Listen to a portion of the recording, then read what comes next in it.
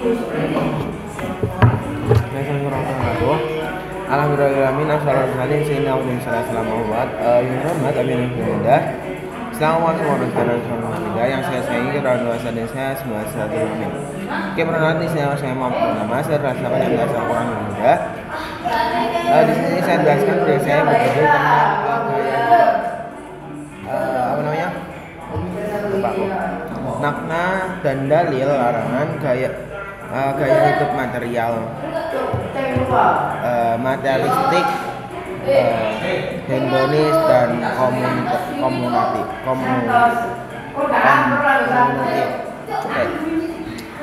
Lanjut. Jadi materialistik adalah sebutan untuk orang-orang yang bergantung pada materi.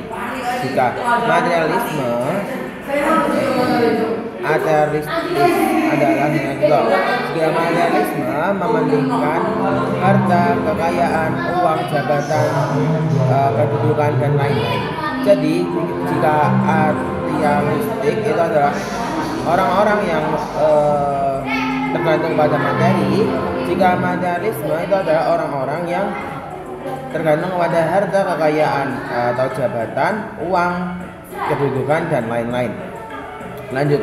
Pejabat dan rakyat banyak yang terjangkit gaya hidup materialisme.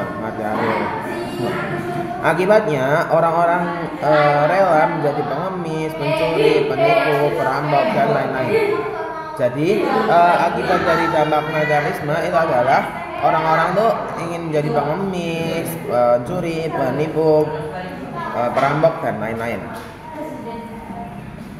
Lanjut. Hedon atau hedonis adalah sebutan bagi orang-orang yang menjadikan kesenangan dalam hidupnya. Ia akan melakukan berbagai cara yang penting bahagia. Jadi orang-orang itu melakukan berbagai cara yang penting mereka itu berbahagia. Ya, itu orang hedon atau hedonis. Nah, itu contohnya kayak orang-orang korupsi zaman sekarang, ya kayak Pertamina, itulah saya nggak tahu ya. Nah, pokoknya itu. Terus lanjut.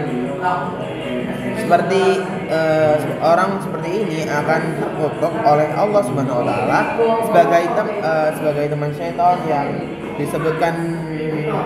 Allah pernah berfirman di Quran surat Al-Isra ayat 17, surat Al-Isra ayat ke-27.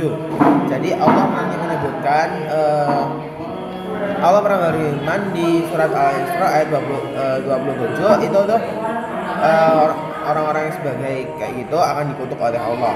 Lanjut. Jangan sampai kita mengajar kesenangan dunia,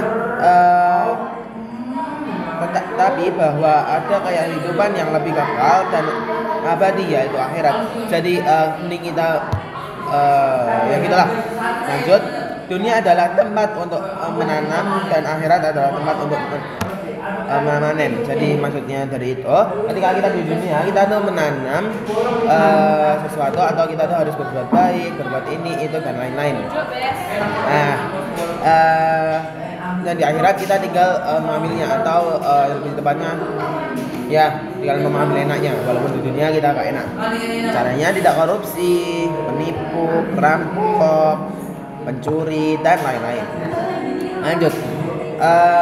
Cara menghindari yaitu kita harus memiliki keimanan yang kuat, harus bersyukur atas rezeki yang diberikan oleh Allah Subhanahu Wa Taala, tidak memiliki sifat sombong dan lain-lain. Nah, terus hikmah dari menghindarinya, kita tuh akan mendapat ridhonya Allah. Jadi kita tuh akan mendapatkan ridhonya Allah. Tubuh kita menjadi sehat, hidup lebih tenang, amal ibadah diterima oleh Allah SWT. Jadi kita tuh bisa kita lebih tenang, tubuh lebih menjadi sehat karena kita tidak korupsi, mencuri dan lain-lain. Lanjut. Di sini firman Allah Subhanahu Wa Taala surat Al-Hajj ayat 11 yaitu adalah rugilah ia di dunia dan akhirat dan demikian itu adalah kerugian yang nyata. Jadi kita itu di dunia itu boleh rugi, tapi kita di akhirat tuh lebih banyak kita di dunia sengsara, tapi kita di akhirat mendapatkan keenakan. Beda lagi sama orang yang di dunia itu enak, tapi di akhirat tuh menyeramkan. Pernah dengar dalil kayak gini kak? Pepatah kayak gini.